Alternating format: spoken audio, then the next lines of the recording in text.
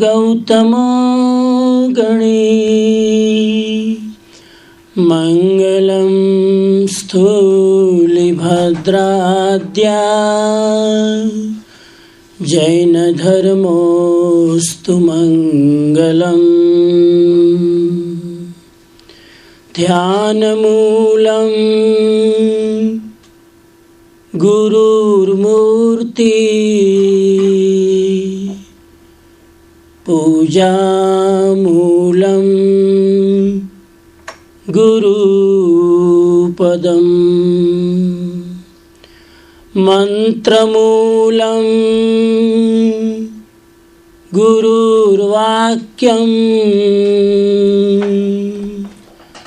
मोक्षमूलं गुरुकृपा।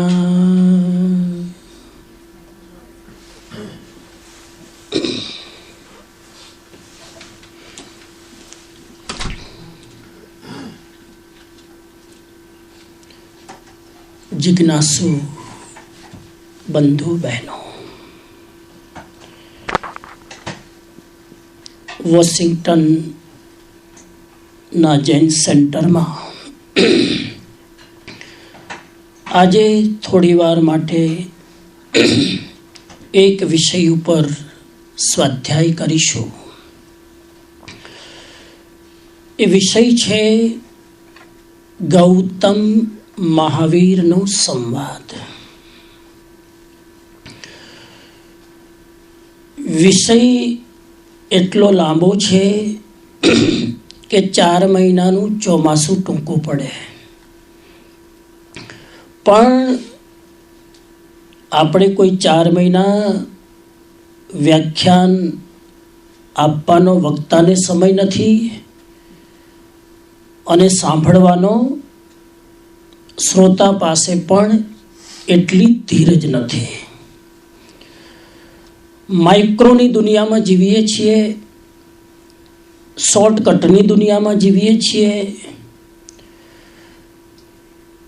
થોડામાં જલ્દી બધું કેવી રીતે મળી જાય એવી ટેન્ડન્સીમાં જીવીએ છીએ. ત્યારે મારું કામ આ કોઈ કોર્સ કરાવવાનું નથી, કોઈ પણ વક્તાનું કામ એ નથી. અમારું કામ છે જે વિષય ઉપર સ્વાધ્યાય કરીએ એ પ્રત્યે આપણે અંદરથી ઇન્સ્પાયર થઈએ, અંદરથી મોટિવેટ થઈએ, એ વિષય પ્રત્યેનો લગાવ અને ભાવ જાગે. એ લક્ષ્યને ધ્યાનમાં રાખીને હું આ વ્યાપક વિષયને થોડી વાર માટે તમારી સામે મૂકવાનો પ્રયાસ કરું છું. આપણે ત્યાં એક પરંપરા રહી છે, સંવાદ કરવાની પરંપરા. અધ્યાત્મની દુનિયામાં સંવાદની પરંપરા ચાલે છે, સંસારની દુનિયામાં વિવાદની પરંપરા ચાલે છે. સંસાર એનું નામ જ્યાં વિવાદ થાય, અધ્યાત્મ એનું નામ જ્યાં સંવાદ થાય. સંવાદનું પરિણામ સંવેગ છે, વિવાદનું પરિણામ વિખવાદ છે. વિવાદમાં ક્યારે સમાધાન નથી થતું, સંવાદમાં હંમેશા સમાધાન થાય છે. માત્ર જૈન ધર્મમાં નહીં, બધી જ આધ્યાત્મિક પરંપરામાં આ સંવાદની એક સ્વસ્થ પરંપરા રહી છે. અષ્ટાવક્ર અને સમ્રાટ જનકની વાત લો તો ત્યાં પણ એક સંવાદની પરંપરા છે. સમ્રાટ જનક અષ્ટાવક્રને પ્રશ્ન પૂછે છે અને અષ્ટાવક્ર પોતાના આત્મજ્ઞાનથી રાજા જનકને જવાબ આપે છે. સંવાદની પરંપરામાં એક વસ્તુ ચોક્કસ છે, અજ્ઞાની પ્રશ્ન પૂછે છે અને જ્ઞાની જવાબ આપે છે. જ્ઞાની પણ પુસ્તકીય જ્ઞાની નહીં, આત્મજ્ઞાની, પ્રત્યક્ષ જ્ઞાની, અનુભવી જવાબ આપે છે. અને એ જમાનામાં અષ્ટાવક્ર જેવા કોઈ જ્ઞાની નહોતા. અને જનક જેવા કોઈ જિજ્ઞાસુ નહોતા. વાસ્તવમાં જનક જેવી જિજ્ઞાસા હોય તો જ અષ્ટાવક્ર પેદા થાય છે. વાસ્તવમાં ગૌતમ જેવી જિજ્ઞાસા હોય તો જ મહાવીર પેદા થાય છે. વાસ્તવમાં અર્જુન જેવી જિજ્ઞાસા હોય તો જ કૃષ્ણ પેદા થાય છે. તો એક તરફ જનકના પ્રશ્નો અને બીજી બાજુ અષ્ટાવક્રના જવાબો. કહેવાય છે કે અષ્ટાવક્રના જવાબો સાંભળીને જનકને વૈરાગ્ય આવી ગયો. રાજ દરબારમાં રહીને પણ, રાણીઓની વચ્ચે રહીને પણ, પરિગ્રહના અંબારની વચ્ચે પણ કરવટો લેતા લેતા એ માણસ પામી ગયો. એ રાજા જનક અદ્ભુત પ્રસંગ છે. એ પ્રસંગ આજે પણ ગ્રંથના રૂપે આપણી સામે અવેલેબલ છે. પણ શું કરીએ, સમય નથી.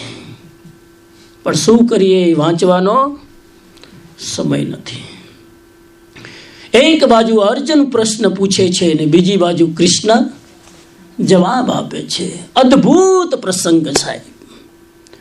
અર્જુન અજ્ઞાની છે, કૃષ્ણ જ્ઞાની છે. અર્જુનની જિજ્ઞાસા છે, કૃષ્ણનું સમાધાન છે. એક બાજુ જંબુ સ્વામી પ્રશ્ન પૂછે છે, બીજી બાજુ સુધર્મા સ્વામી જવાબ આપે છે. અદ્ભુત પ્રસંગ છે. જંબુના પ્રશ્નો અને સુધર્માના સમાધાન અવેલેબલ છે બધું જ શાસ્ત્રમાં આજે આપણી સામે. એક બાજુ ગૌતમ પ્રશ્ન પૂછે છે અને બીજી બાજુ મહાવીર. કલ્પના તો કરો કે કેવું દ્રશ્ય હશે એ સમયનું, કે ઇન્દ્રભૂતિ આવે છે. બહુ રોચક પ્રસંગ છે.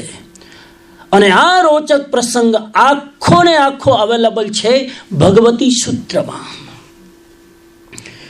એક પવિત્ર હોલી શાસ્ત્ર છે 45 આગમોનું, જેનું નામ છે ભગવતી સૂત્ર. 36,000 પ્રશ્ન પૂછે છે. કોણ? ગૌતમ સ્વામી. તમે એમ ન માનતા કે ગૌતમ સ્વામી એ પ્રશ્નો પૂછ્યા છે તો ગૌતમ સ્વામી અજ્ઞાની હશે. ખાલી 2 મિનિટ બેકગ્રાઉન્ડ આપું સાહેબ. બાકી ગૌતમ સ્વામીની વાત કરું તો સંવાદ રહી જશે, ને સંવાદની વાત કરું તો ગૌતમ સ્વામી રહી જશે. ગૌતમ સ્વામી ની આખી લાંબી યાત્રા કહેવાનો અત્યારે સમય નથી. પણ ઇન્દ્રભૂતિ બ્રાહ્મણ તરીકે અહંકાર લઈને એ માણસની યાત્રા શરૂ થાય છે. ઇન્દ્રભૂતિ એટલે અહંકાર. અને જ્યાં અહંકાર હોય ત્યાં શંકા રહ્યા વગર રહે નહીં. શંકાને અંગ્રેજીમાં ડાઉટ્સ કહેવાય. ડાઉટ્સ. જિજ્ઞાસા અને ડાઉટ્સમાં ફરક છે. ક્યુરિયોસિટી એન્ડ ડાઉટ્સમાં ફરક છે. ડાઉટ્સમાં અહંકાર હોય છે, ક્યુરિયોસિટીમાં બીજાને સાંભળવાની તૈયારી હોય છે. ડાઉટ્સમાં ડાઉટ્સ કરવા વાળો વધારે બોલે છે, જેની સામે ડાઉટ્સ કરે છે એનું સાંભળવાની તૈયારી ઓછી હોય છે. ક્યુરિયોસિટીમાં સાંભળવા વાળો ઓછું બોલે છે, જેને માટે એ પ્રશ્નો પૂછવામાં આવે છે એના તરફથી સાંભળવાની તૈયારી એની વધારે હોય છે. તો ઇન્દ્રભૂતિ નીકળ્યા હતા યજ્ઞ કરતા કરતા મહાવીર સ્વામી પાસે જવા માટે. ત્યારે ઇન્દ્રભૂતિના મનમાં શું હતું? ઈગો હતો, ઘમંડ. એવા વળી દેવતાઓ કેવા કે રસ્તો ભૂલી અને મારા યજ્ઞને છોડીને મહાવીરને ત્યાં જાય. લાગે છે કે દુનિયાને રસ્તો બતાવનાર દેવતાઓ પણ હવે રસ્તો ચૂકી ગયા છે.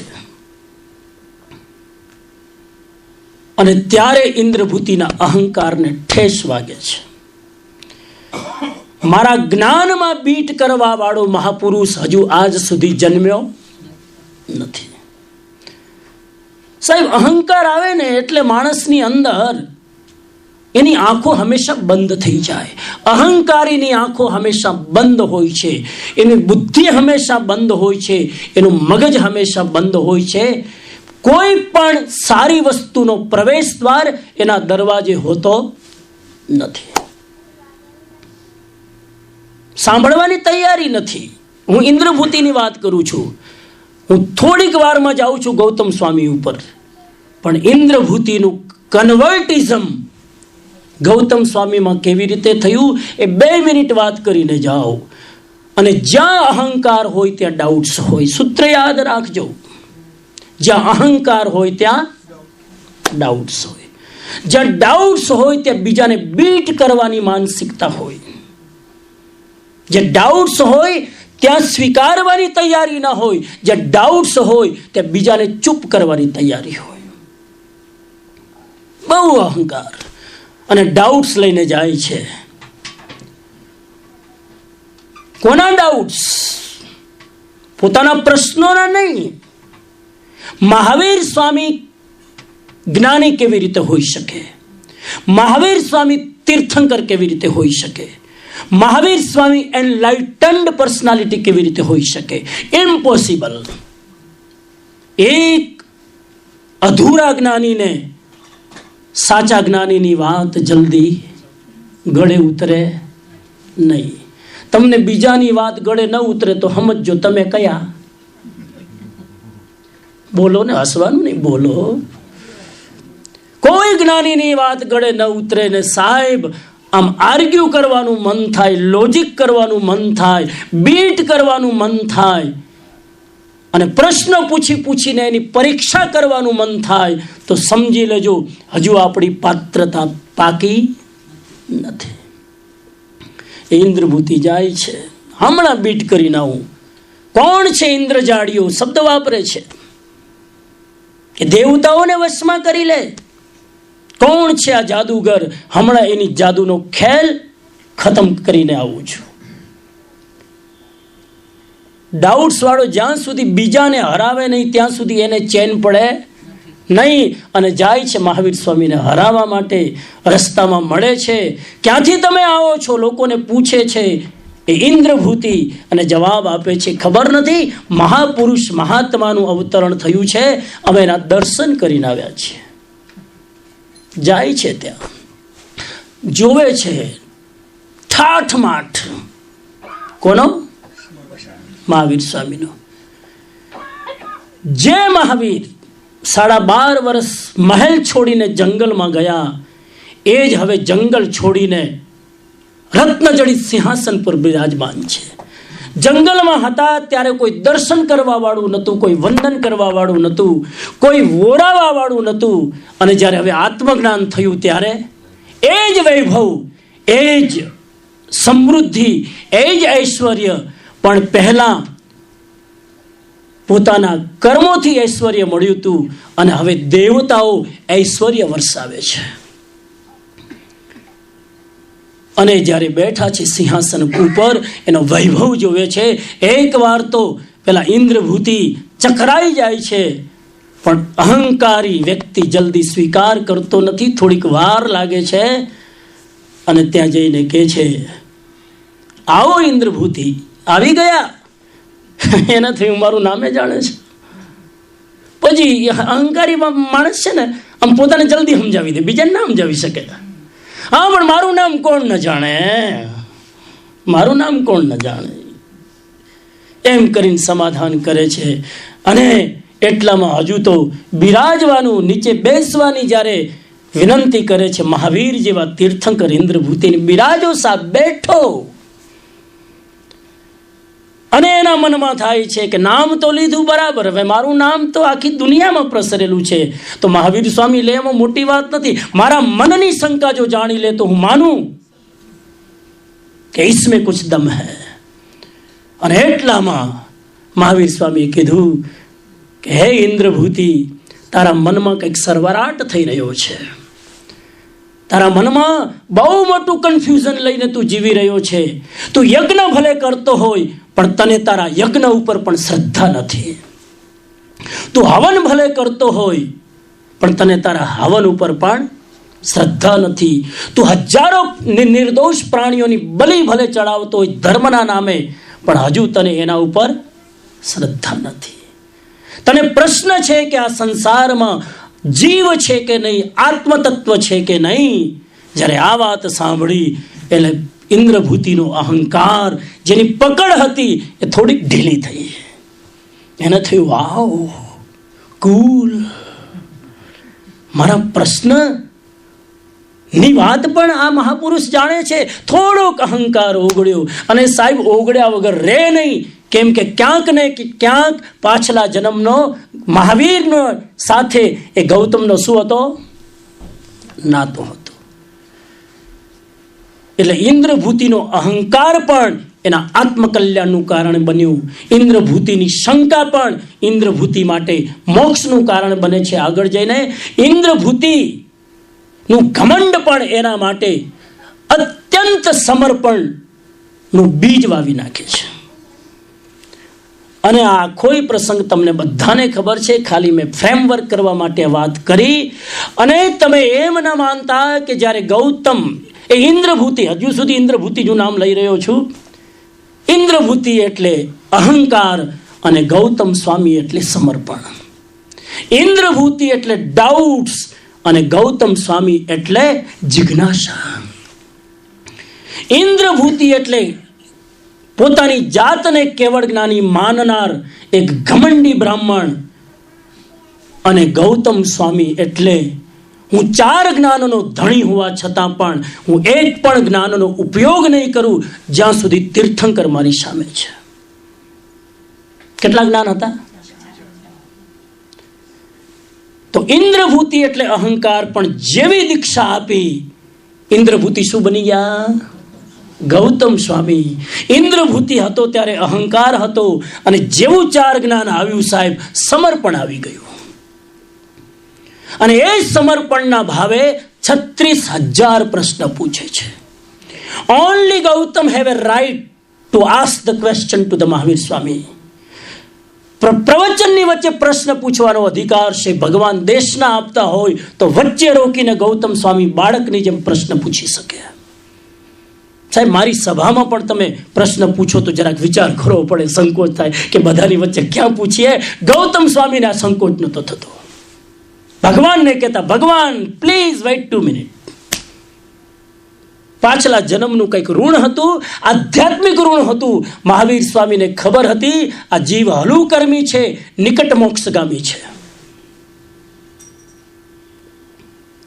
અને હે ગૌતમ સ્વામીમાં જ્યારે રૂપાંતરણ થાય છે, 4 જ્ઞાનના ધણી, મતિ જ્ઞાન, શ્રુત જ્ઞાન, અવધિ જ્ઞાન, મનઃ પ્રયોગ જ્ઞાન.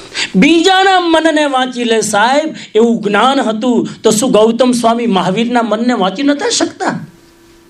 બોલો, કેમ ચૂપ? મનઃ પ્રયોગ જ્ઞાનીનો મતલબ બીજાના મનને રીડ કરી શકે, આટલી તાકાત હતી. એ ગૌતમ સ્વામી દીક્ષા લીધા પછી પહેલો નિયમ કર્યો કે જ્યાં સુધી કેવળ જ્ઞાની મારી સામે છે, ભગવાન મહાવીર, ત્યાં સુધી હું મારા 4 જ્ઞાનમાંથી એક પણ જ્ઞાન વાપરીશ નહીં. સાહેબ, સમર્પણ આવું હોય કે જરાક મતિ જ્ઞાન આવે ને તો આપણે બીજાને સાંભળવા તૈયાર નથી હોતા. જરાક મતિ જ્ઞાન આવી જાય તો એટલો અહંકાર આવી જાય છે, માણસ જિજ્ઞાસા કરીને કોઈ પ્રશ્ન પૂછવાને લાયક નથી રહેતો. અને હે ગૌતમ સ્વામી, જેમાં આપણે પેલું એનો વંદિત્યુ બોલીએ છીએ, નમોત્થુણમ બોલીએ છીએ, એ મુદ્રામાં બેસીને ભગવાન મહાવીરની દેશનાને પી રહ્યા છે. અદ્ભુત. ખાલી વિઝ્યુલાઇઝ કરો કે ગૌતમ સ્વામી બેસતા કેવી રીતે હશે મહાવીર સ્વામી સામે. ખાલી કલ્પના કરો સાહેબ, કેવી રીતે બેસતા હશે. અહીંથી બેસના શરૂ થાય છે. હા, હું ખાલી કલ્પના કરું છું, જવાબ નહીં આપું. સાહેબ, કેવી રીતે બેસતા હશે? મહાવીર સ્વામી જ્યારે દેશના આપતા હશે એટલે ગૌતમ સ્વામીની આંખો 25 જગ્યાએ ફરતી હશે. ખબર નથી તોય જવાબ આવડે છે. જો નહીં જોયું નથી તોય આપણને જવાબ આવડે કે ન જ ફરતી હોય. અને આપણે આંખ ફરવાનો નહીં, આપણે આંટો મારીને પાછા બેસી જઈએ. ભગવાનની વાણી સાંભળવાનો અધિકાર એને છે કે ભગવાનની વાણી ચાલતી હોય ત્યારે બને ત્યાં સુધી કાંઈ ગુપ્તી તમારી ખંડિત ન થવી જોઈએ.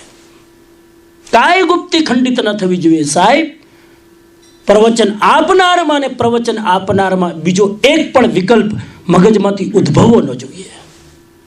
એ ગૌતમ સ્વામીની મુદ્રા આમ કરીને હાથ જોડી અને ચાતક પક્ષીની જેમ એની નજર મહાવીર તરફ હોય. અને ગમે ત્યારે મહાવીર સ્વામીને કે પ્રભુ જરાક 2 મિનિટ તમને થોડોક વિશ્રામ મળી જાય અને જરાક મારી જિજ્ઞાસાનું પણ સમાધાન. સર ગમે ત્યારે રોકે. એ બધા પ્રસંગોમાં નથી જવું, મેં પહેલાં વાત કરી લીધી છે. આજે હું એક સ્ટેપ આગળ જાઉં છું. મહાવીર સ્વામી દેશના આપે છે. શબ્દ છે તીર્થંકર પ્રવચન આપે ને પ્રવચન ન કહેવાય. શું કહેવાય? દેશના.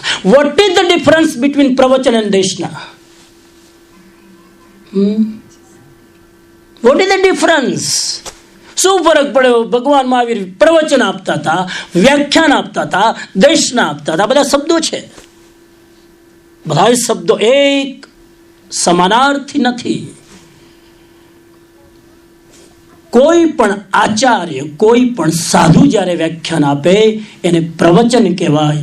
કોઈ પણ તીર્થંકર વ્યાખ્યાન આપે એને દેશના કહેવાય. પ્રવચનની ભાષા એ હોય છે ભગવાને આમ કીધું છે. દેશનાની ભાષા એમ હોય હું આમ કહું છું. મહાવીર સ્વામી એમ ન બોલે કે મેં પાર્શ્વનાથ ભગવાન પાસેથી સાંભળ્યું છે જે તમને કહું છું. તીર્થંકરનું જ્ઞાન ઉધાર ન હોય.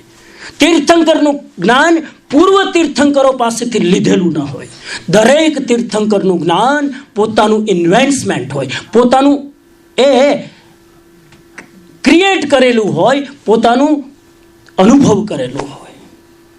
હું આમ કહું છું. તમે કોઈ પણ આગમ ખોલીને વાંચજો, 10મી કાલિક વાંચજો. 10મી કાલિકનો પહેલો અધ્યાય પૂરો થાય એટલે નીચે આવે તિબેમી મેં કહેતા હું કહું છું. કેમ કે આત્મજ્ઞાની છે એટલે હું કહું છું. આપણને અહંકાર લાગે, અહંકાર નથી.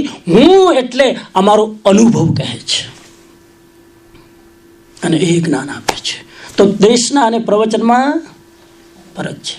પ્રવચનમાં એક વ્યક્તિ આત્મજ્ઞાનીનો રેફરન્સ લઈને વાત કરે છે. એટલે જ્યારે તમે ને હું અહીંયા બેસીને વ્યાખ્યાન આપીએ, પ્રવચન આપીએ, ત્યારે હું આમ કહું છું એમ બોલવાની ભગવાનની અસાધના કહેવાય. ત્યારે એમ કહેવું જોઈએ ભગવાને શાસ્ત્રમાં આમ કીધું છે. આ પ્રવચન શૈલી. અને તીર્થંકર જ્યારે બોલે પોતાની સભામાં, જ્યાં સાધુ સાધ્વી, દેવી દેવતાઓ, શ્રાવક શ્રાવિકાઓ બેઠા હોય, ત્યારે કહે કે હું આમ કહું છું. એ પ્રસંગમાં આપણે જઈએ તો આ આખી યાત્રા છે. આ તો એક નિમિત્ત મેં લીધું છે ગૌતમ અને મહાવીરનું, પણ એ નિમિત્તે મારે તમને થોડું કંઈ કહેવું છે. અહંકારથી યાત્રા ચાલુ થઈ, અહંકારથી શંકા ઉપડી, શંકાથી જિજ્ઞાસા ક્રિએટ થઈ, જિજ્ઞાસાથી મુમુક્ષા આવી. આટલી યાત્રા છે. પેલા અહંકાર હોવો જોઈએ. અહંકાર ન હોય અને સીધું સમર્પણ કરી દો, એ સમર્પણ જાજુ ટકશે નહીં સાહેબ. અહંકારની પીડામાંથી નીકળેલું જે સમર્પણ હોય એ સમર્પણ અખંડ હોય. શા માટે ગૌતમ સ્વામીનું સમર્પણ અદ્ભુત હતું? કેમ કે અહંકારમાંથી નીકળેલું હતું. નાસ્તિકમાંથી જે આસ્તિકતા પેદા થાય એ આસ્તિકતા ચમકતી હોય, અને આસ્તિકતામાંથી આસ્તિકતા પેદા થાય એ ક્યારે નાસ્તિકતામાં કન્વર્ટ થઈ જાય કોઈ ગેરંટી. આજે એક પ્રશ્ન પૂછે છે ગૌતમ સ્વામી. કેટલા પ્રશ્નો પૂછ્યા છે? એમાંથી એક પ્રશ્ન આપણે લઈએ છે. હમણાં જ ગયા સ્વાધ્યાયમાં હું એક પ્રશ્ન લેતો હતો, એટલે હું રિપીટ નહીં કરું. લગભગ આજકાલ મને રિપીટ કરવું ગમતું નથી. વાસી કોને ગમે? અહીંયા લોકોને વાસી જ ગમે, લેફ્ટ ઓવર રાખી મૂકે. એકવાર રસોઈ કરે ને એટલે 7 દિવસનું ભેગું રાખી મૂકે. પણ અધ્યાત્મની દુનિયામાં વાસી ન ચાલે. તો આજે બીજો પ્રશ્ન ઉપાડું છું. જે 36,000 પ્રશ્નોમાંથી આ પુસ્તકની અંદર 25-30 પ્રશ્નો સિલેક્ટ કર્યા છે. ગૌતમ પૃચ્છા જેને પણ સંકલન કર્યું છે, 36,000માંથી બહુ જ તમને અને મને રોજ ડે ટુ ડે લાઈફમાં ઉપયોગી હોય અને રોજ આપણા મનમાં આ બધી શંકાઓ ચાલ્યા કરે છે એવા પ્રશ્નોનું કલેક્શન અને સિલેક્શન કર્યું છે. એમાંનો બીજો પ્રશ્ન આજે આપણે ઉપાડીએ તો પૂછે છે ગૌતમ સ્વામી પ્રભુ શ્રી મહાવીર દેવને, હે ક્ષમાના સાગર, જોજો ઉદ્બોધન જોજો, હે ક્ષમાના સાગર, આ જીવ સ્વર્ગલોકમાં કયા કારણથી જાય છે? આ પ્રશ્ન ઉપર આજે વિચાર કરીએ. ઇન્દ્રભૂતિનું ઓલરેડી રૂપાંતરણ થઈ ચૂક્યું છે. શેમાં? ગૌતમ સ્વામીમાં. એટલે અહંકાર ગયો, શંકા ગઈ, હવે તો જિજ્ઞાસા અને મુમુક્ષા બે જ વસ્તુ બચી છે. જિજ્ઞાસા એટલા માટે કરે છે કે મુમુક્ષામાં કન્વર્ટ થાય, મોક્ષને પાત્ર બનવું.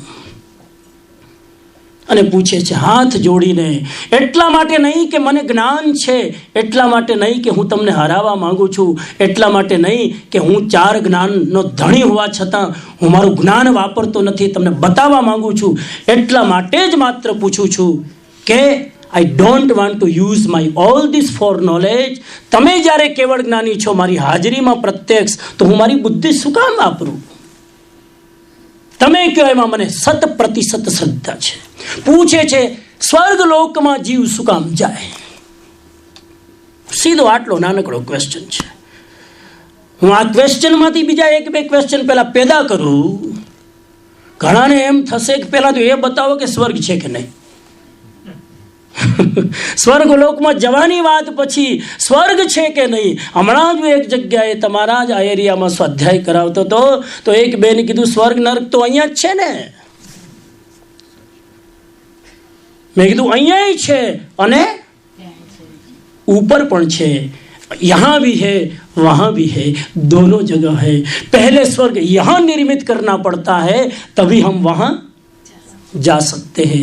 यहाँ नरक तुल्य मनोदशा में हम रहेंगे तो मरने के बाद उस मनोदशा स्वर्ग की जिसके अधिकारी हम, સ્વર્ગમાં જતા પહેલા સ્વર્ગનો અનુભવ કરવો પડે અને નરકમાં જતા પહેલા નરકનો અનુભવ કરવો પડે. અહીંયા સ્વર્ગ જેવી સ્થિતિ હોય ને સાહેબ, તો પૂછવાની જરૂર નથી જ્ઞાની ભગવાનને કે મર્યા પછી મારો જીવ સ્વર્ગમાં જશે કે નરકમાં. તમારી દશા એવી હોય કે અહીંયા રહેતા રહેતા જો તમે સ્વર્ગ ઊભું કરી શકો, અને રસ્તો બતાવું છું, જાતા નહીં હમણાં 11:30 પોણા 12 પહેલા 12 વાગ્યા પહેલા તમને સમજાવી દઉં, રસ્તો બતાવી દઉં. અહીંયા સ્વર્ગ ઊભું કરો તો મર્યા પછી જ્યાં જાઓ ત્યાં, મર્યા પછી ક્યાં જશો એ ખબર નથી, પણ જ્યાં જશો ત્યાં શું હશે? અહીંયા સ્વર્ગ તુલ્ય જીવન જીનારો જ્યાં જાય ત્યાં સ્વર્ગ હોય. એ સ્વર્ગમાં ના જાય, જ્યાં જાય ત્યાં સ્વર્ગ નિર્મિત કરે. ઇન્ડિયાનો ખરાબમાં ખરાબ માણસ ઇન્ડિયામાં ગમે ત્યાં કચરો ફેંકતો હોય ને, ઇન્ડિયામાં ગમે તેવું આમ ડિસિપ્લિન લેસ માણસ હોય, અહીં આવીને 4 મહિના રહે એટલે સીધો દૂર થઈ જાય. થાય કે નહીં? ડિસિપ્લિન આવી જાય, કચરો આડો ન ફેંકે. ખબર નહીં એ જ માણસ ઇન્ડિયામાં હતો ને ગમે તે કરતો હતો, અહીં આવીને કેમ થઈ ગયો? કેમ કે તમારે જે સ્થિતિમાં જવું હોય એ સ્થિતિ પહેલા નિર્મિત કરવી પડે.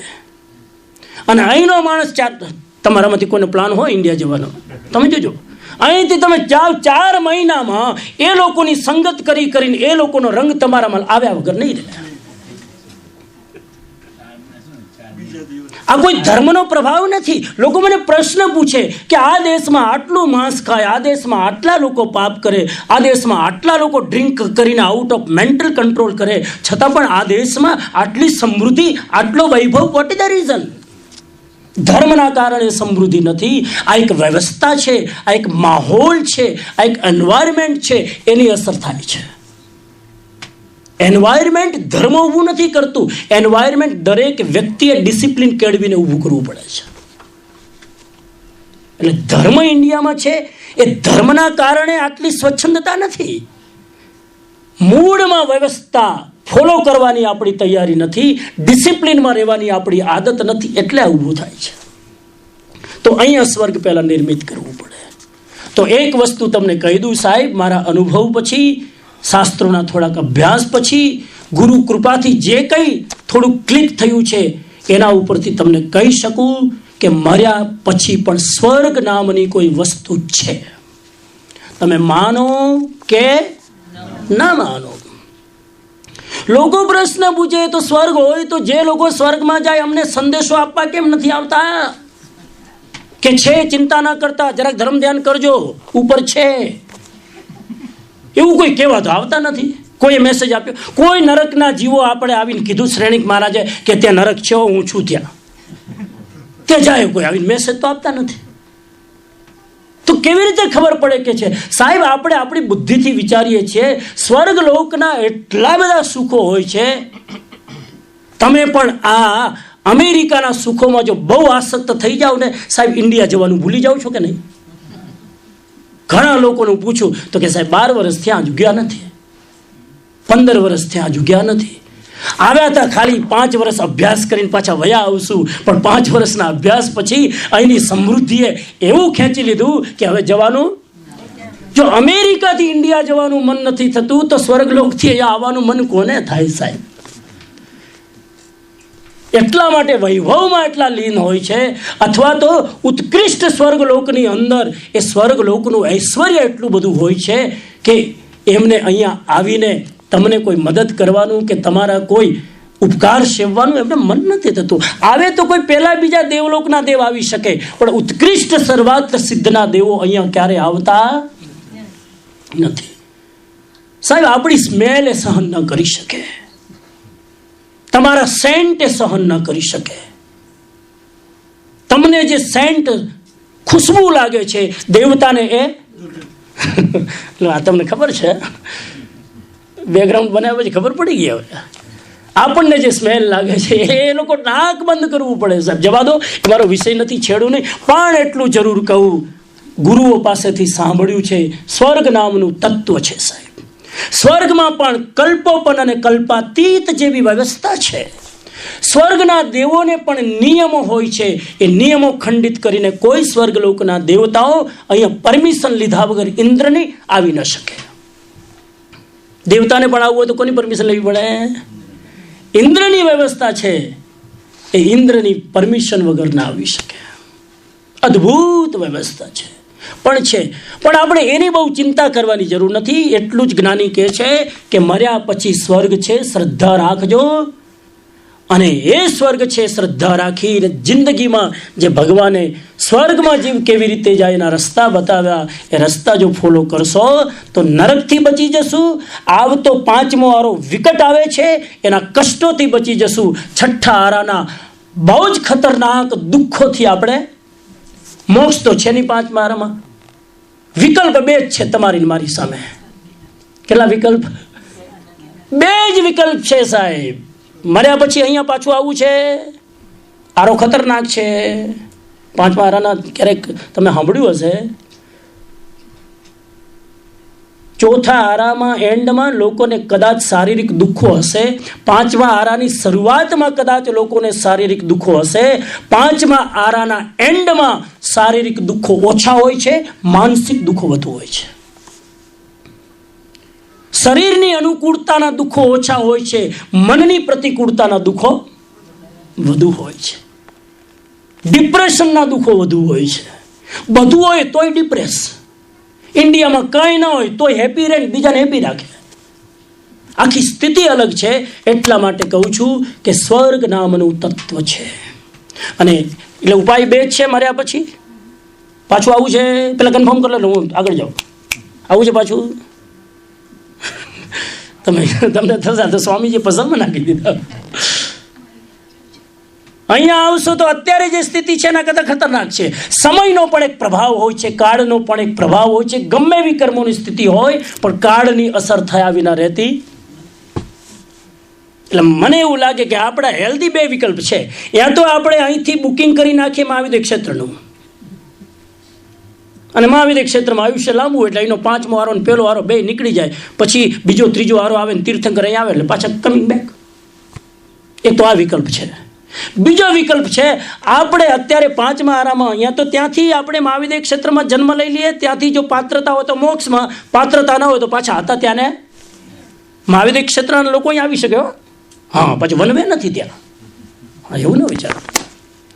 અને બીજો વિકલ્પ છે કે થોડીક ધર્મ આરાધના કરી અને 5મો આરા અને 6ઠા આરાના દુઃખોથી બચવા માટે દેવલોકમાં હાલ્યા જઈએ, થોડુંક એક ચક્કર મારી આવીએ, કાંટો મારી આવીએ.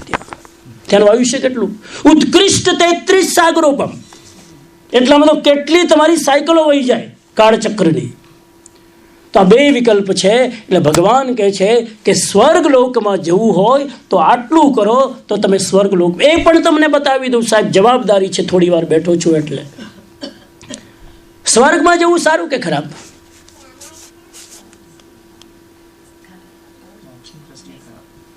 તમે જેવો આનો જવાબ આપશો એટલે મારો બીજો પ્રશ્ન તૈયાર છે. સ્વર્ગમાં જવું સારું કે ખરાબ? જવું. જો કહો કે ખરાબ તો હું કહું નરકમાં જવું સારું કે ખરાબ? એટલે તમે હોશિયાર, ખરાબ ને બાજુ વધારે ખરાબ. તમે મને ચક્કર, હું તમને ચક્કરમાં નાખવાની તૈયારી કરું ત્યાં તમે મને ચક્કરમાં નાખો છો.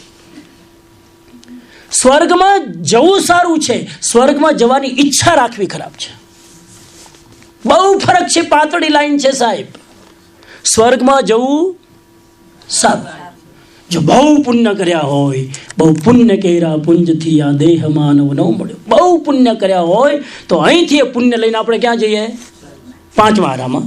4થો વારો હોય તો કદાચ સીધું જમ મારીને મોક્ષમાં હાલે જઈએ, પણ 5મા વારો હોય તો ક્યાં જઈએ? બહુ પુણ્ય કર્યા હોય તો સ્વર્ગમાં. સ્વર્ગમાં જવું સારું, સ્વર્ગમાં જવાની ઈચ્છા રાખવી. આટલો ફરક છે. તમે કહેશો કે ઈચ્છા રાખવીને જવું હોય તો એક જ થયું ના. હું ધર્મ આરાધના કરીને જે પુણ્ય ભેગું કરું અને એના કારણે સ્વર્ગમાં જાઉં એ ખરાબ નથી. સ્વર્ગમાં જઈને હું સ્વર્ગના સુખોમાં લેપાઈ નહીં જાઉં, અટેચ નહીં થઈ જાઉં, પણ સ્વર્ગમાં જવાની ઈચ્છા હશે અને સ્વર્ગમાં જાઉં તો એ અટેચ્ડ અને એટલા કર્મ બાંધી લઈશ કે ત્યાંથી મારી દુર્ગતિ. સમજાય છે મારી વાત? તો સ્વર્ગમાં જવાના ભગવાને જે થોડાક રસ્તા આપ્યા છે તમારી સામે નિવેદન કરું. ભગવાન મહાવીર સ્વામી એમના કેવળ જ્ઞાન પછી જવાબ આપે છે. હે ગૌતમ, જે જીવ તપમાં, સાંભળજો શબ્દ, બહુ ભગવાન મહાવીરના જવાબ બહુ શોર્ટમાં હોય છે.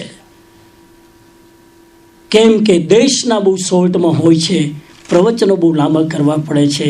દેશના ન સમજાય એના માટે પ્રવચનો હોય છે, પ્રવચનો એ ન સમજાય તો એના માટે વ્યાખ્યાન હોય. પાછું મારે નીચે નથી ઉતરવું, એ તમે પૂછતા નહીં, હવે ટાઈમ નથી કે પ્રવચનમાં અને વ્યાખ્યાનમાં શું ફરક પાછો, એમાંય ફરક છે, નથી જતા આપણે. હે ગૌતમ, જે જીવ તપમાં, સંયમમાં, ચારિત્રમાં અને દાનમાં રુચિ રાખે એ જીવ મરીને ક્યાં જાય? આટલી જ વાત. પેલું સૂત્ર. હજુ આમ 4 લેવલ છે સાહેબ. પેલું લેવલ તપ, સંયમ, ચારિત્ર અને દાનમાં ઇન્ટરેસ્ટ હોય. શબ્દ શું વાપર્યો છે? એક પણ શબ્દને આડો અવડો કરવો એ ભગવાનની જ્ઞાનની આસાધના છે. જવાબ આપ્યો તપમાં રુચિ. તપ કરી શકો ના કરી શકો, ફોરગેટ ઇટ. રુચિ છે. ભગવાન Mahavir Swami is a great psychologist.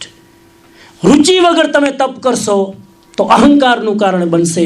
રુચિ પછી તપ કરશો કર્મ નિર્જરાનું કારણ બનશે. રુચિ હોવી જોઈએ. આ લોકો આટલા ઇઝીલી ઉપવાસ કરી શકે, મારાથી કેમ ના થાય? વાય. અને તમારી રુચિ જાગે, કોઈને જોઈને પ્રેરણા જાગે અને તમે કરો એ કર્મ નિર્જરાનું માધ્યમ બને. તપ. તપ એટલે શું? હું તપની બહુ નાનકડી પરિભાષા કરું છું. તપ કરીએ છીએ કર્મની નિર્જરા માટે, આત્માની શુદ્ધિ માટે, પણ તપ એટલે શું? તપ એટલે પોતાના શરીરને, પોતાના મનને ટ્રેન્ડ કરવું. આ મારી તપની પરિભાષા.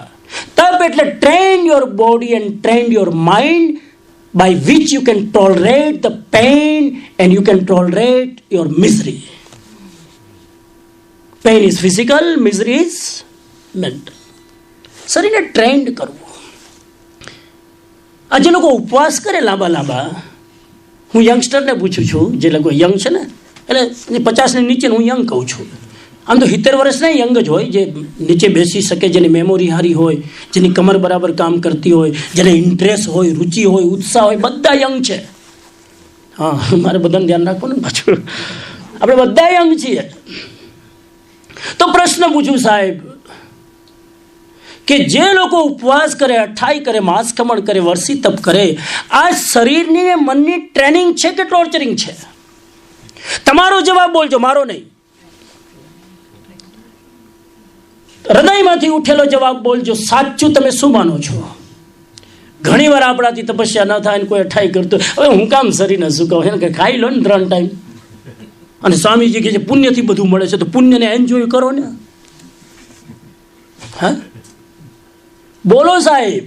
અઠાઈ કરવી, મારી પાસે બધી અવેબિલિટી છે, સામે ભોજન છે, પેટમાં ભૂખ છે, ખાવાની અનુકૂળતા કે છે, લોકો પ્રેમથી ખવડાવે છે, તો ખાવું એ સારું કે ન ખાઈને શરીરને ટોર્ચરિંગ કરવું સારું? અને ન ખાવું એ ટોર્ચરિંગ છે કે ટ્રેનિંગ? હું તમને બીજી રીતે પ્રશ્ન પૂછું. હાલો, તમે મૂંગારો એ હું તો સહન નહીં કરી શકું ને. એક માણસ, એક સોલ્જર સવારે 4 વાગે ઉઠીને આર્મીની ટ્રેનિંગ માટે 4 કલાક પેલો ચડો પહેરીને દોડાદોડ કરે, ભયંકર -ડિગ્રી શરદીમાં સાહેબ, અને આપણે કિનારે બેઠા બેઠા જોયા કરીએ. એ શરીરને ટોર્ચર કરે છે કે ટ્રેન્ડ કરે છે?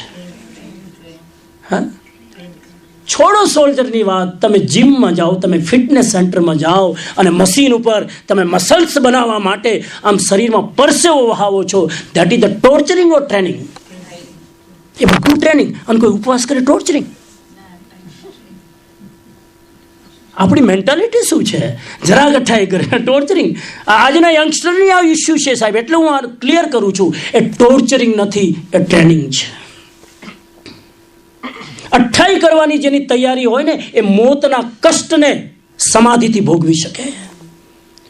જે અઠાઈ ન કરી શકે, ઉપવાસ ન કરી શકે, જે માણસ થોડુંક ભૂખનું કષ્ટ સહન ન કરી શકે, મોત આવશે અને ડૉક્ટર કહેશે કે હવે પાઇપથી પણ અન્ન આપવાની મનાઈ છે અને ભૂખ્યા જ રાખો, નહીં તો આ ખલાસ થઈ જશે, શું કરશો?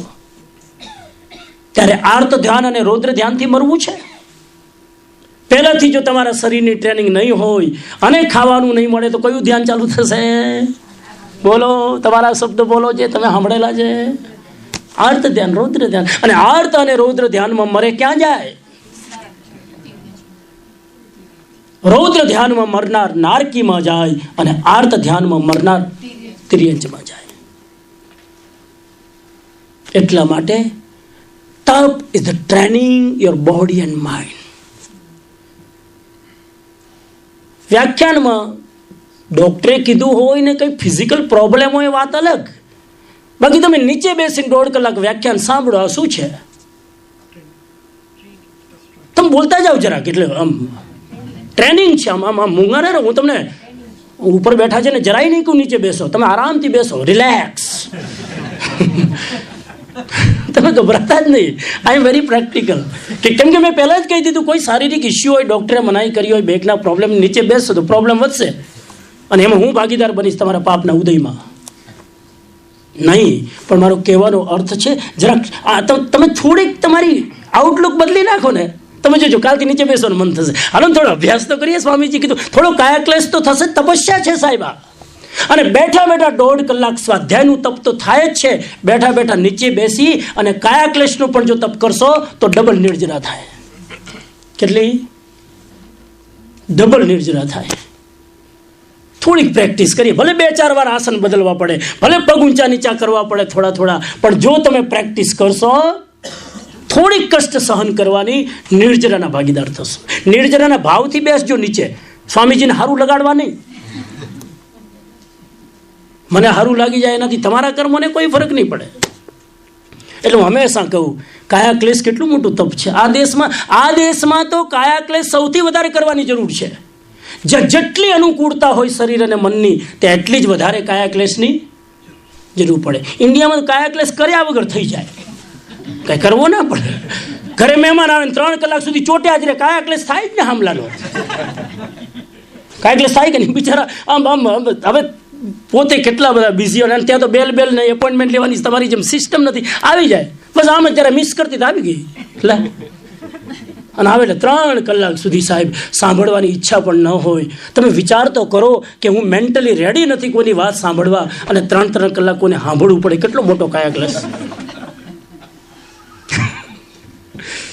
કર્મ નિર્જરાતે એમને એમ થઈ જાય હિન્દુસ્તાનમાં સાહેબ. આટલી ગરમી, આટલું ટેમ્પરેચર, તમે બહાર નીકળો 2 કલાકમાં કાયા ક્લેશ તો એમને એમ થઈ જાય. આ દેશમાં કાયા ક્લેશની જરૂર વધારે છે. એટલે તમને હાથ જોડીને વિનંતી કરું કે જ્યારે પણ તમે ટીવી જુઓ, જમીન ઉપર બેસીને જોજો, કમસે કમ ભલે થોડો કાયા ક્લેશ તો થશે. તમે જમવા બેસો ત્યારે જમીન ઉપર બેસીને જમજો, થોડો કાયા ક્લેશ તો થશે. સેટરડે સન્ડે છુટ્ટી, પ્રેક્ટિકલ છું. હા, ઘરમાં કોઈ મહેમાન આવે ને એને ઉપર બેસાડી, મને સ્વામીજી કીધું હું તો નીચે બેસી. સાહેબ તમારા મિત્રો તૂટી જશે. આઈ એમ વેરી પ્રેક્ટિકલ. પણ સોમથી શુક્ર તો કરો. ઘરમાં મિયા બીબી 2 છો, કોને દેખાડવું છે કે અમારું કંઈક સ્ટેટસ છે? એટલે સ્ટેટસ શનિ રવિ બતાવજો. થાય કે નહીં કાયા ક્લેશ? તો આ તપ છે સાહેબ. 12 તપ ભગવાને બતાવ્યા, ખાલી ઉપવાસની વાત નથી. 12 તપમાંથી કોઈ પણ તપની આરાધના કરો, એનાથી સીધું તમે બુકિંગ કરો છો કોનું? દેવલોક જેવું. કેટલું ઇઝી છે, કેટલું ઇઝી. બહુ ઇઝી કરી નાખું તમને એકદમ. આમ તમને જેટલું ઊંચું દેવલોક લાગે છે ને એટલું ઊંચું છે જ નહીં. નંબર 1 તપસ્યા. ક્લિયર? એમાં 12 તપનો વિચારો મેં કર્યો. જે તપ થાય તે, કાયા ક્લેશ થાય તો કાયા ક્લેશ, અને એમાંય બાહ્ય તપ થોડું કરો ને તો જરાક વધારે બોડી ટ્રેન થાય. આંતરિક તો કરવાનું, પણ બાહ્ય. આ દેશમાં બાહ્ય તપની વધારે જરૂર છે, ઇન્ડિયામાં આંતરિક તપની વધારે જરૂર છે. ઇન્ડિયામાં બાહ્ય તપ તો એમને થઈ જાય, પણ આંતરિક તપ નથી, વિનય નથી, સ્વાધ્યાય નથી, ધ્યાન નથી. એ લોકોને કરવાની જરૂર છે. અહીંયા બાહ્ય તપ, આંતરિક તપ તો છે જ. અહીંયા ધ્યાન તો હોય આખો દિવસ, એનો માણસ એકલા જ હોય, ધ્યાન તો એમને થઈ જાય. આખો દિવસ બોલે કોની સાથે? મૌન. એમને આ બધા આંતરિક તપ તો એમને થઈ જાય. કેટલું ઇન્ટરેસ્ટિંગ છે. બાહ્ય તપ કરો. અનશન, ઉણોદરી સાહેબ, જ્યાં ભોજન આટલું સસ્તું હોય ત્યાં ઉણોદરી તપ બહુ જ મહત્વનું છે. જે $5 પિઝા લો, થાળ ભરીને પિઝા આવે, ઘરના 8 જણા ખાઈ જાય તો ખૂટે નહીં. ત્યાં ઉણોદરી સૌથી વધારે જરૂરી છે. તો બહુ મર્યાદામાં ધ્યાન રાખીને બોલું, સમય નહીં. તો પહેલી વસ્તુ તપ. બીજી વસ્તુ 4 શબ્દ મેં વાપર્યા. તપ પછી સંયમ. તપ લાવે છે ટ્રેનિંગ, સંયમ લાવે છે ડિસિપ્લિન. તપ શું લાવે છે? ટ્રેનિંગ લાવે. બોડી અને માઇન્ડને કોઈ પણ પેઇન હોય હું સહન કરી શકું સાહેબ. અને નાના મોટા કષ્ટ હોય ને તો થોડા સહન કરો. જરાક માથું દુખે, ગોળી ખાજો, પણ જરા 2 કલાક તો ડિલે કરો. ગોળી રાખજો, સામે જ રાખજો, એટલે તમને દેખાય કે ના છે. પણ 2 કલાક સ્વામીજીએ કીધું છે કાંઈ મને કરવા દો સહન, ભલે દુખે. ઘણા તો એડવાન્સમાં ગોળી ખાય, હજુ દુખવાનું ચાલુ થાય. હા, લઈ લો ને, આપણે બહાર યાત્રા પર જવું છે ને પછી ત્યાં હેરાન નથી, અત્યારે ખાઈ લો. ખબર નહીં. તપ. બીજું સંયમ. સંયમ તમારામાં ડિસિપ્લિન લાવે. સંયમ કરો. સંયમ એટલે એક્સ્ટ્રીમ ઉપર ના જાઓ સાહેબ. તમે ઉપવાસ ન કરી શકો કંઈ વાંધો નહીં, પણ ખાવાનો સંયમ તો રાખી શકો.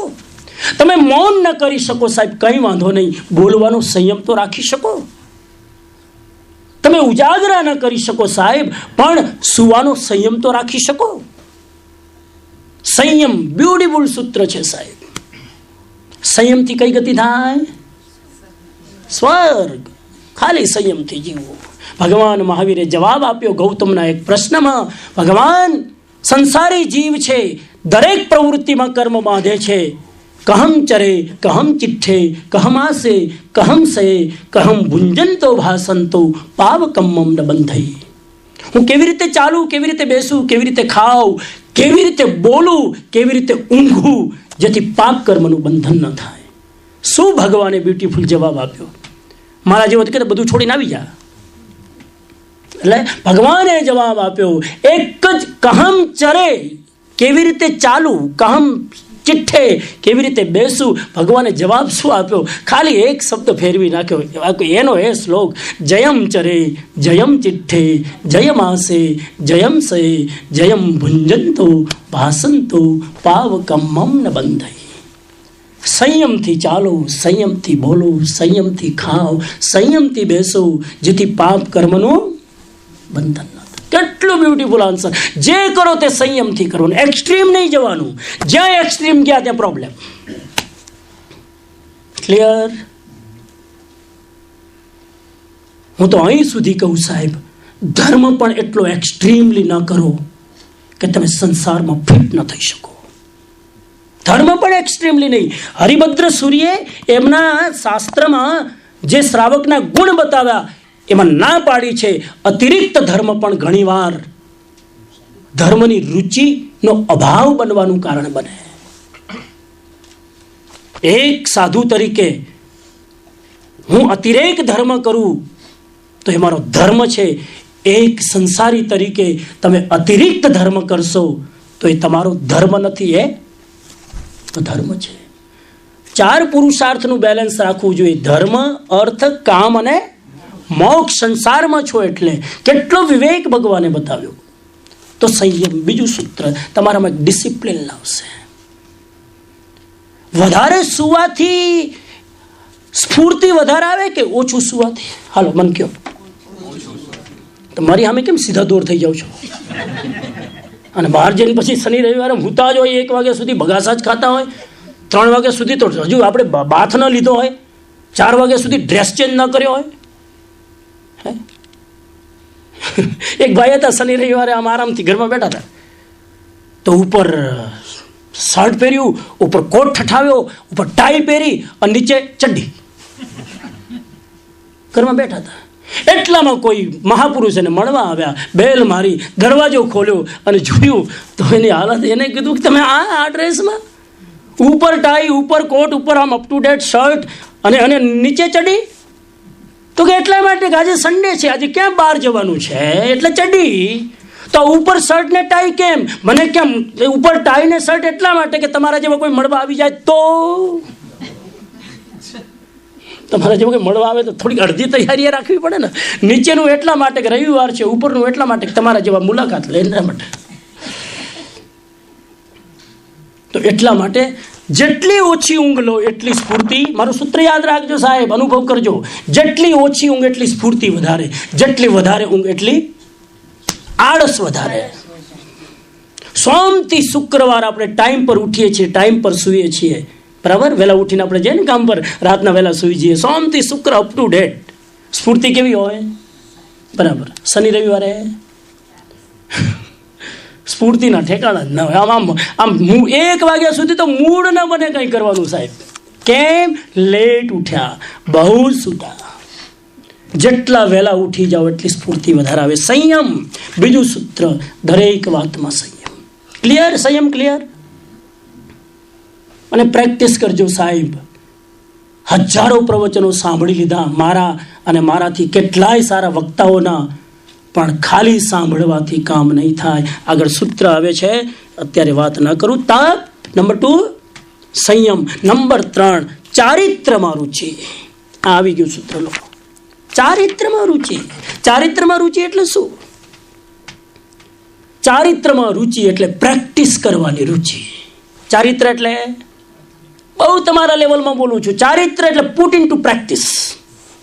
ગમે એટલું જ્ઞાન સાંભળી લીધું, પ્રેક્ટિસમાં નહીં મૂકો તો જ્ઞાન આવી ગયું પણ ચારિત્ર આવ્યું. Put into practice. આજે કેટલા લોકો પ્રેક્ટિસ કરશે હાથના નીચે બેસીને ખાવાની? સાંભળવા માટે નથી આ બધું લેક્ચર. પ્રેક્ટિસમાં મૂકો. અને પ્રેક્ટિસમાં મૂક્યા વગર અનુભવ નહીં થાય. ચારિત્ર એટલે પ્રેક્ટિસમાં મૂકી અને અનુભવ કરી લેવો કે જે વાત સાંભળી એ પ્રમાણે થાય છે કે નહીં. અને થાય કે નહીં, હું જે બોલું છું થાય કે નહીં. મેં 2 જ ઉપાય તમને બતાવ્યા કાયા ક્લેશના. નીચે બેસીને જમવાનું ફાવે કે નહીં સોમથી શુક્ર, હા, બસ ડાઇનિંગ ટેબલ રાખજો મહેમાન માટે. આપણે નીચે બેસીને ખાવું છે. અને આયુર્વેદ તો કહે છે નીચે બેસીને ખાવ ને તો જ બરાબર પચે. લાંબામાં નથી જતું. ઉપર બેસીને ખાવ તો પ્રોપર ડાયજેશન ન થાય. આપણી ઇન્ડિયાની સંસ્કૃતિ હતી નીચે બેસીને જમવાની. આજે પણ ઘણા જમતા હશે આ દેશમાં, મને આનંદ છે એનો. જાપાની લોકોએ હિન્દુસ્તાન પાસેથી શીખી લીધું નીચે બેસવાનું, અને જાપાની લોકોએ ઇમ્પોર્ટ કર્યું નીચે બેસવાનું ઇન્ડિયા પાસેથી, અને ઇન્ડિયાના લોકોએ એક્સપોર્ટ કર્યું ડાઇનિંગ ટેબલ. ઉપર બેસવા લાગ્યા. પ્રેક્ટિસ કરો. ચારિત્ર એટલે પ્રેક્ટિસ. જે સાંભળો છો ને એક લેક્ચર સાંભળો 1.5 કલાકનું, એમાં તો એક પ્રેક્ટિસનું સૂત્ર તો લેવાય કે નહીં? આપણે શું કરીએ? આખી નોટ્સ લઈ લઈએ આપણે. આમાં ઘણા નોટ્સ લે ને વાક્યાનમાં, આમ બધી તમે નોટ્સ લઈ લો. એમાંથી એ નોટ્સ લીધા પછી એક નીચે વાક્ય લખવાનું કે આ આખી નોટ્સ લીધી, એમાંથી આજથી હું આ કરીશ.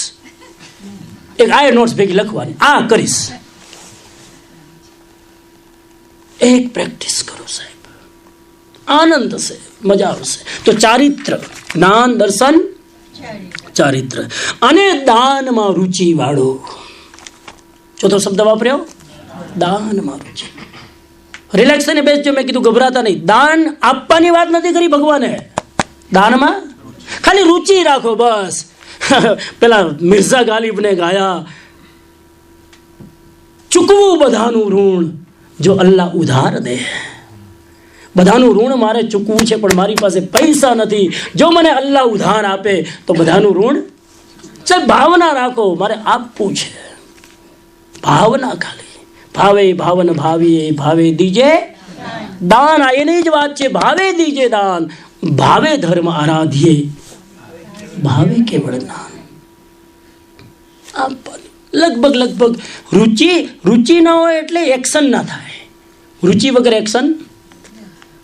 એક છે ને ભિખારી બહુ હેરાન થયો કે એને કોઈ સલાહ આપી કે જાને તું એના હવારના પોરમાં ધર્મસ્થાનમાં ક્યાંક જઈને માંગી લે ને, તને મળી જશે થોડુંક ખાવાનું.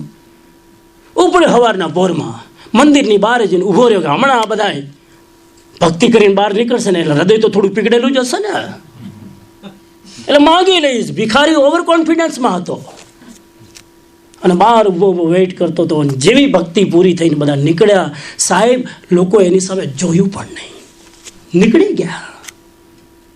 ભિખારીને અફસોસ થયો કે આટલા ભક્તો ભક્તિ કરતા હતા પણ કોઈની પાસે હૃદય નહોતું. બપોરના સમયે જાય છે મસ્જિદમાં. જે લોકો નમાજ ભણતા હતા એને થયું કે અહીંયાથી જો લોકો બહાર નીકળશે મસ્જિદમાં નમાજ ભણીને તો કદાચ કોઈક अल्लाह का बंदा दे देगा मेरी झोली में. ત્યાં ઊભો રહ્યો કલાક. ત્યાં પણ બધા જ નીકળી ગયા. એમને બહુ નારાજ થયો, બહુ નિરાશ થયો. સાંજના ટાઈમે જાય છે જીસસ ક્રાઇસ્ટના ચર્ચની બહાર. ચર્ચમાં ઊભો રહે છે કે અહીંયા હમણાં પ્રાર્થના કરીને બધા બહાર નીકળશે તો કદાચ કંઈક મળી જશે. ત્યાંથી પણ ખાલી હાથ નીકળે છે. આખા દિવસનો ભૂખ્યો વિચાર કર્યો, આજે તો ભૂખ્યા જ કદાચ સૂવું પડશે. ઘરે જાય છે તો રસ્તામાં મૈખાના આતા હતા. મૈખાના મતલબ સમજે ને, ઉર્દू વર્ડ હૈ. મૈખાના મતલબ તમારી ભાષામાં હું બોલો ને, हाँ मधुशाला. આ તો કવિઓની ભાષા. વાહ ક્યા બાત હે. મધુશાલા તમારી ભાષા બોલો, અમેરિકાની બાર સ્ટેશન.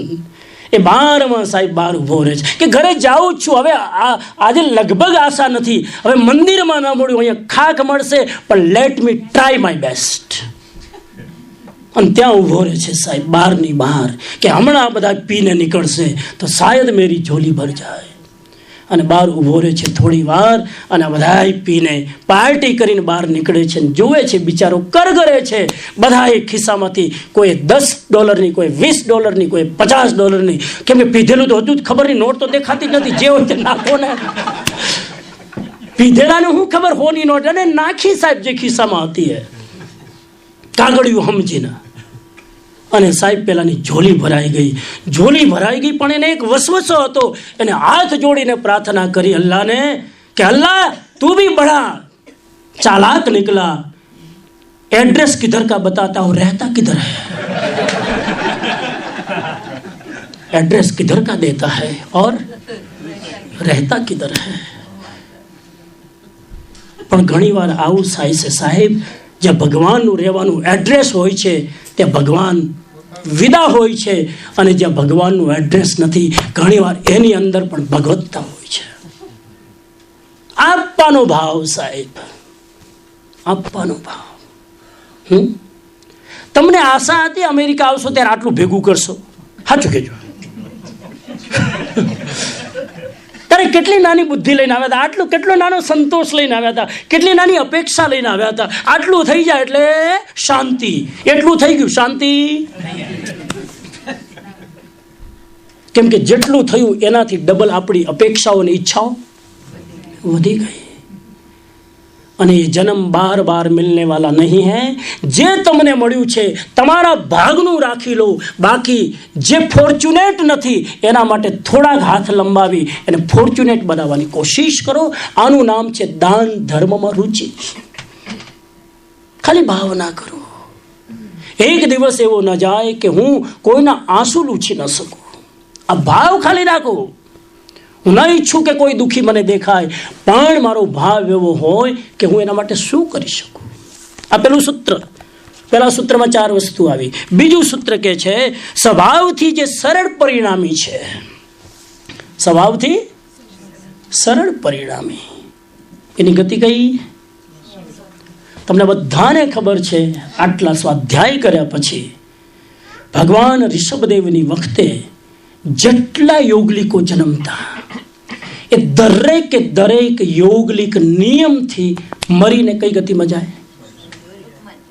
કોઈ પણ ત્યાગ નહીં, કોઈ પણ પચખાણ નહીં, કોઈ પણ નિયમ નહીં.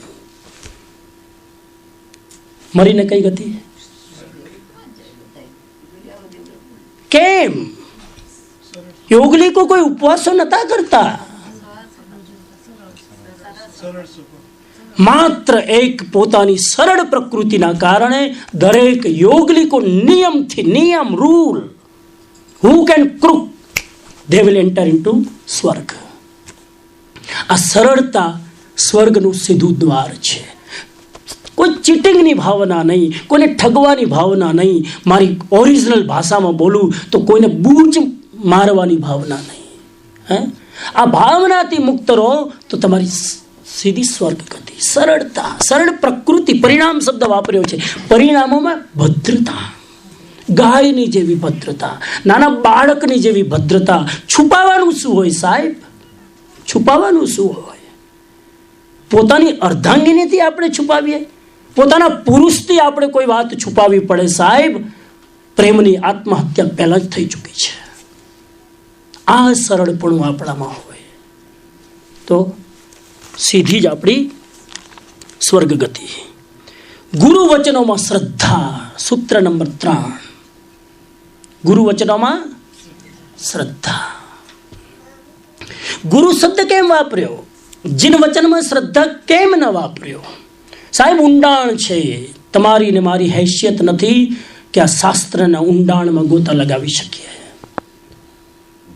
એક એક શબ્દ મેં કીધું પકડજો, કેમ કે જ્ઞાની બહુ લાંબુ બોલતા નથી. ગુરુ વચનોમાં શ્રદ્ધા. ભગવાનને ખબર હતી કે 5મા આરામાં જિનેશ્વર ભગવાનનું પ્રત્યક્ષ સાનિધ્ય નહીં હોય, ત્યારે જિનેશ્વરનું પ્રતિનિધિત્વ કરનાર કોણ હશે? ગુરુ ભગવંત હશે. એ ગુરુના વચનોમાં શ્રદ્ધા. ગુરુ પોતાનું નથી બોલતા, ભગવાને જેમને ડ્યુટી સોંપી છે એ બોલે છે.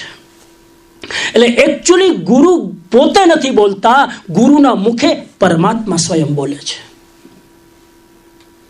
ગુરુ માત્ર નિમિત્ત છે. એ પરમાત્માનું જ્ઞાન, જે કેવળ જ્ઞાનનું જ્ઞાન છે નીકળી રહ્યું છે, એના ઉપર શ્રદ્ધા હોય છે. શ્રદ્ધા પેલા તો ગુરુનો જ પ્રોબ્લેમ. હવે આમાંય પાછું આજે કેટલા સ્ટેશન લેવા મારે. ગુરુ વચનોમાં શ્રદ્ધા. ગુરુ હોય તો શ્રદ્ધા ના. ગુરુ તત્વ છે સાહેબ, ગુરુ કોઈ વ્યક્તિ નથી. અને ગુરુ શોધવા ક્યાંય જતા નહીં. 5મો આરો છે. એટલી વિનંતી કરું, તિબ્બતનું એ મહાન એનલાઇટન કરે એવું સૂત્ર તમને આપું. When disciple is ready, master will appears. When disciple is ready, master will appears. સવાલ એ નથી કે આ પાંચમા આરામાં કોઈ સમર્થ ગુરુ છે કે નહીં, સવાલ એ છે કે તમે અસલી શિષ્ય છો કે નહીં. આપણું શિષ્યત્વ તો પેલા પકાવો, પછી ગુરુની શોધમાં. જો આપણે શિષ્ય ના હોય ને ગુરુની શોધમાં જઈએ તો કેવા મળે? સુગુરુ ન મળે. કોણ મળે? જેવા ચેલા એવા ગુરુ. કબીરજીને કહા કામી કા ગુરુ કામી, ભોગી કા ગુરુ ભોગી. સાહેબ, જેને સંસારની વાસનાઓ હજી અધૂરી હોય એ ગુરુની પાસે શું માંગે? ગુરુજી ધંધો નથી ચાલતો, આશીર્વાદ આપો ને. અમારા જેવા ગુરુ અંદર અંદર વિચારે ધંધો ચાલતો તો અમે જ ના કરત, હું કેમ સાધુ થયા? આટલું કોમન સેન્સ તો સમજો. અમારી પાસે આશીર્વાદ લેવા, જેને કોઈ અનુભવ નહીં, કોઈ કખગનું જ્ઞાન નહીં, ના મંગાય સાહેબ ગુરુ પાસે. ગુરુ પાસે એ માંગો કે આ જન્મ મરણની બેડીઓ તોડી કેવી રીતે શકું, આ ભવ ભ્રમણનું બંધન કેવી રીતે હું છિન્ન કરી શકું, એ તમે માંગો. તો ગુરુ વચનોમાં શ્રદ્ધા. પંચ મહાવ્રતધારી સાધુ એ મારા ગુરુ છે.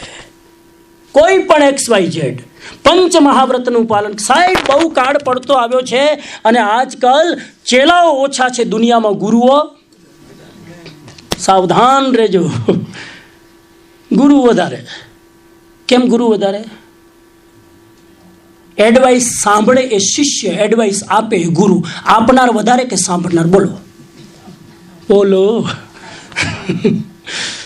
એડવાઇસ આપે ગુરુ.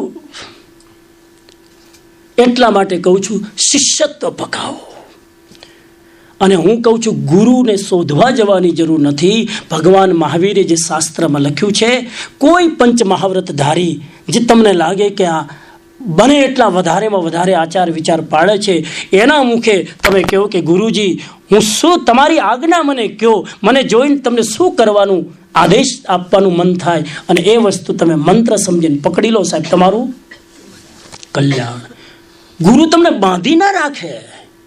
ગુરુ તમને ઉન્મુક્ત આકાશ આપે, ઉડો, મારી સલાહની જરૂર હોય તો મને પૂછી લો. એટલે ક્યાંય બંધાતા નહીં. પાંચમા આરામાં બહુ ખરાબ સમય છે સાહેબ. પણ શ્રદ્ધા. આજે પણ પંચ મહાવ્રતધારી સાધુ ઇન્ડિયામાં અખંડ પાંચ મહાવ્રતનું પાલન કરે છે. અખંડ સાહેબ.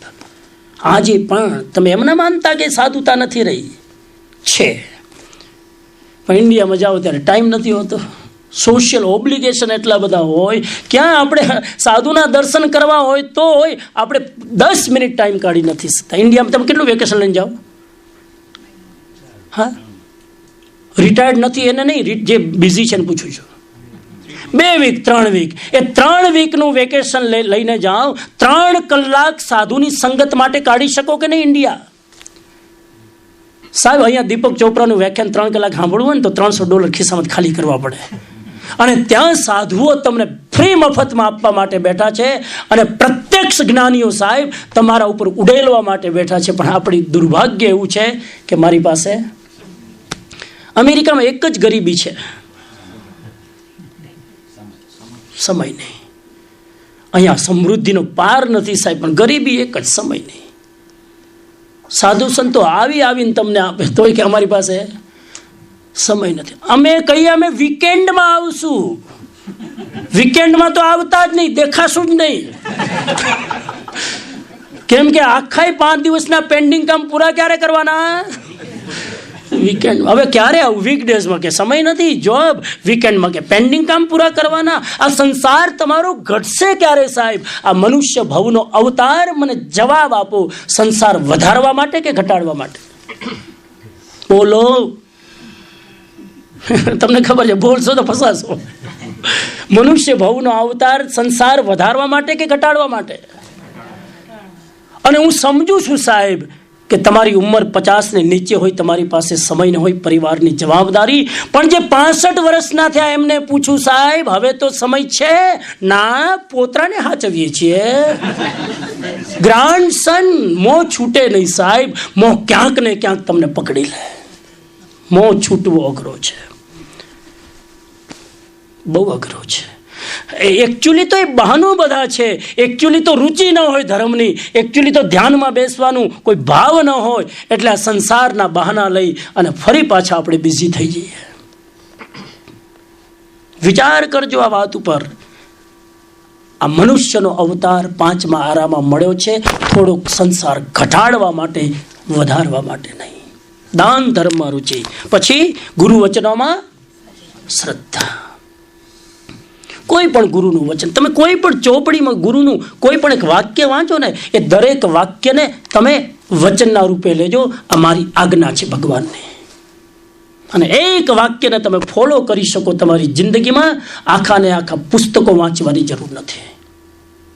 એક સત્સંગ તમારે જાગવું હોય ને, આજનો એક સત્સંગ ઇનફ છે તમારો સંસાર ઘટાડવા માટે.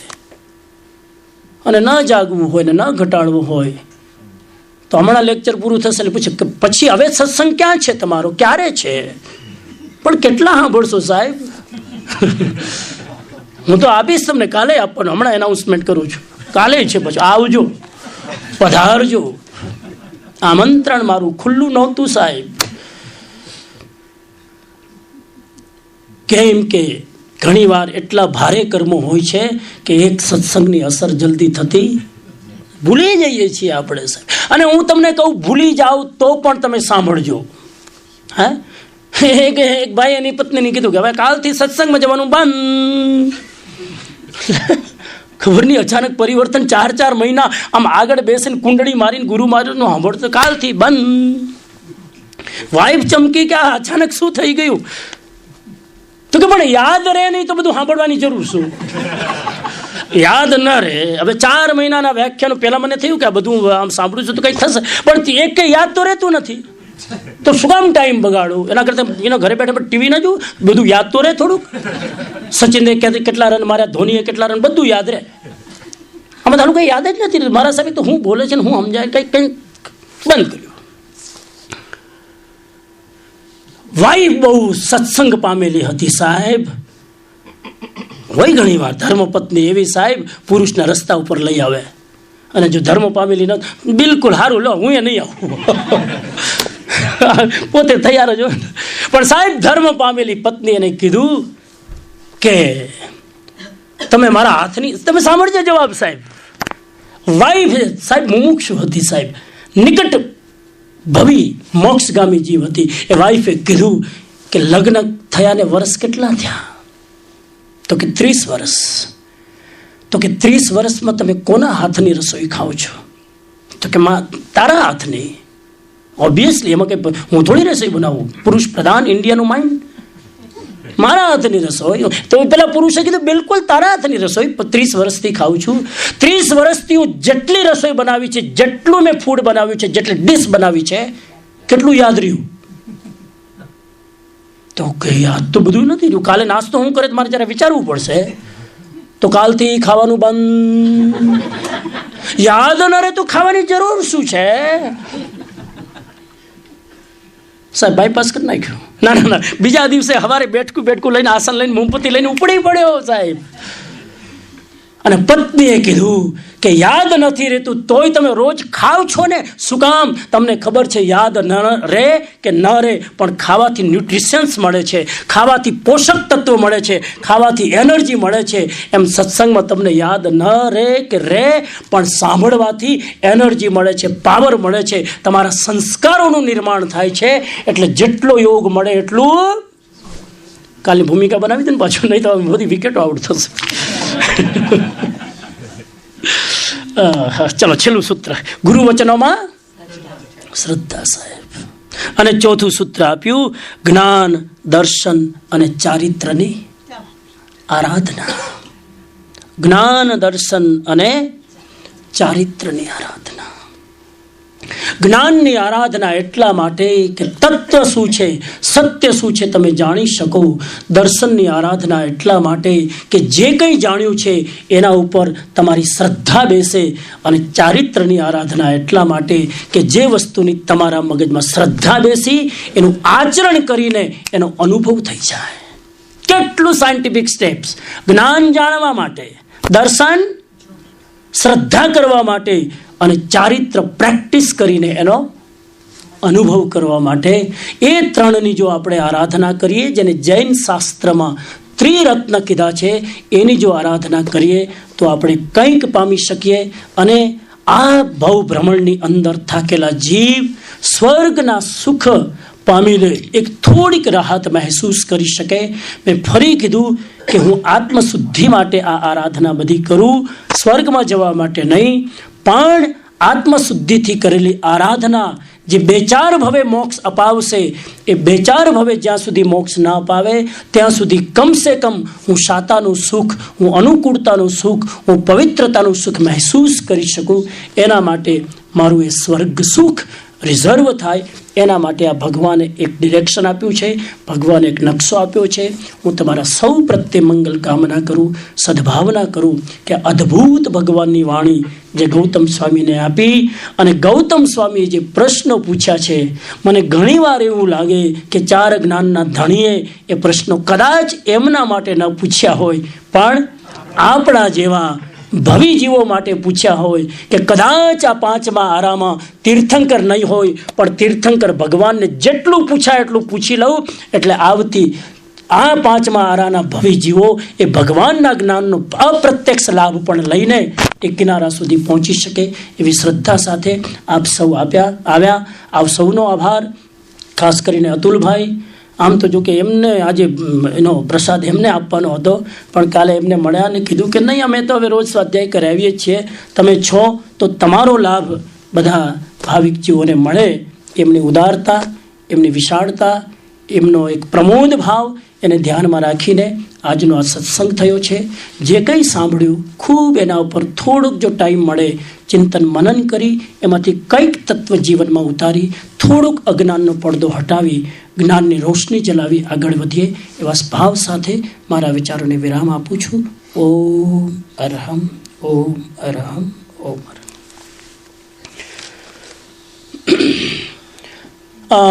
એક બે સૂચના. આવતીકાલે, આજે તો એમનું સ્કેડ્યુલ હતું, પણ આજે લાભ મળી ગયો તમને એમના નિમિત્તે. આવતીકાલે બધાને લગભગ ઈમેલ પહોંચી ગઈ છે. આવતીકાલે પણ હું અહીંયા જ છું અને સાંજના 8 વાગે 8 થી 9:30 સોમવારે સત્સંગ છે, સ્વાધ્યાય છે આપણો, અને કન્ટિન્યુ આપણે કરીશું. નેક્સ્ટ પ્રશ્ન ઉપર જઈશું અને પછી બુધવારે વર્જિનિયા, ત્યાં બુધવારે સત્સંગ રાખેલો છે. તો આ 3 દિવસનો અહીંયા પ્રોગ્રામ છે. હું હમણાં જ નીતિનભાઈ અને છાયાબેન, જે છાયાબેનને વર્ષિતપ હતો, એમના પારણાના ઉપલક્ષમાં હું ઇન્ડિયાથી આવેલો થોડા સમય માટે, અને બહુ જ સરસ 4 દિવસનો ત્યાં પણ ભવ્ય કાર્યક્રમ રહ્યો. તપસ્યાના પારણા અને તપસ્યાનો વર્ષિતપનો કાર્યક્રમ હતો. 4 દિવસ સવાર સાંજ ખૂબ લોકોએ લાભ લીધો, જે આજુબાજુમાં રહેતા હતા, ખાસ કરીને શાહ એસોસિએશનનું આખું ગ્રુપ અને એમના પરિવારવાળા ઇન્ડિયાથી, બીજે બધાથી આવેલા. તો એ નિમિત્તે ત્યાં આવવાનું થયું અને પછી સમય હતો એટલે વોશિંગ્ટન કેમ ભૂલાય, એટલે અહીંયા પણ જે થોડો 2-4 દિવસનો સમય હતો એ આપણે સૌ લાભ લઈએ. કાલે જેટલાને અનુકૂળતા હોય આપણે 1.5 કલાકનો સત્સંગ કરીશું. પરમ દિવસે વર્જિનિયામાં છે. ત્યારબાદ હું અહીંથી વિચિતા, કેન્સાસ જવાનો છું, મેમ્ફિસ જવાનો છું, ત્યાંથી શિકાગોથી પાછો હું ઇન્ડિયા જાઉં છું જૂન જુલાઈ 2 મહિના માટે. ઓગસ્ટમાં ફરી પાછો હું શિકાગો પર્યુષણ છે ત્યાં આવીશ. 10 લક્ષણા ન્યૂજર્સીમાં છે, ત્યાં કરાવીશ. પછી શિબિર છે સપ્ટેમ્બરમાં ન્યૂજર્સીમાં, એ બધું કરાવીને પછી પાછો ઇન્ડિયા જઈશ. રાજકોટ મારું સેન્ટર છે, peace of mind foundation non profit organisation છે. ત્યાં બધી જ એક્ટિવિટી ઇન્ડિયામાં યંગસ્ટર માટે સ્કૂલ, કોલેજ, યુનિવર્સિટીમાં મોટા પાયે ત્યાં બધી ચાલે છે. ખૂબ લોકો લાભ લે છે. ત્યાં પણ સારી ધર્મ ભાવના લોકોમાં હવે વધી રહી છે. તો આ બધી સૂચનાઓ સાથે આવતીકાલનો સત્સંગ છે, પરમ દિવસે ત્યાં સત્સંગ છે વર્જિનિયા. તમે આવી શકો અથવા તમારા કોઈ ત્યાં લોકો રહેતા હોય તમે ઇન્ફોર્મ કરી શકો, એ લોકો લાભ લઈ શકે. That's it. બીજું કંઈ એની સૂચના, એની ઇન્ફોર્મેશન બિફોર માંગલિક? હા બોલો. હા જરા કહી દો ને તમે. બુધવારે, સોરી બુધવારે. મંગળવારે મારો ઓફ ડે છે. મંગળવારે ઓફ ડે છે. હા વર્જિનિયામાં ક્યાં છે જરા કહી દો ને. સાંભળો, સેન્ટર વ્યૂ ડ્રાઈવ ઉપર છે સેન્ટર વ્યૂ ડ્રાઈવ